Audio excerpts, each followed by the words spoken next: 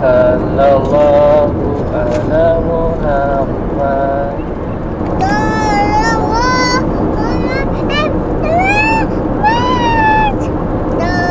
Okay, hari ni dekat mana? Bentung. Masuk Bentung. Nak masuk Bentung. Tak record langsung pagi sebab sibuk. Kita tengah breakfast. Lepas tu isi minyak. Baru sedar kat kredit tertinggal semalam kat Tesco. Dah cancel dah. Nanti akan dapat baru. Kena denda RM50. So barang-barang semua dah ada. Dia makan apa tu? Dia berhenti kat Terengganu. Apa tu, sambung balik perjalanan. Zin dah dapat makanan. Sedap Zin?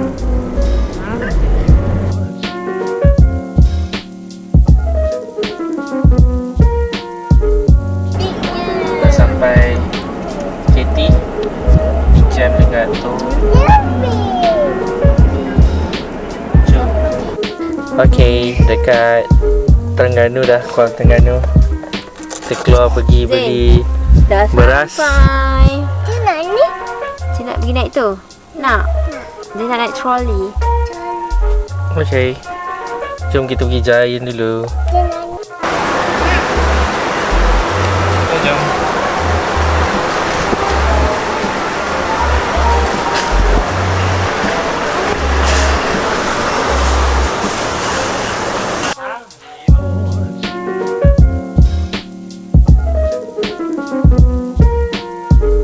Simak apa? Banyak. Di jalan.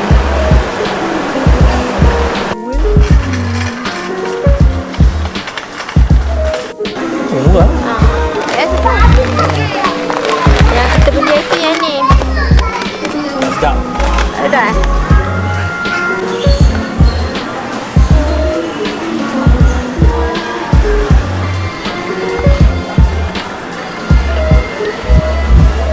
Zin, apple, mana apple? Tu orange lah.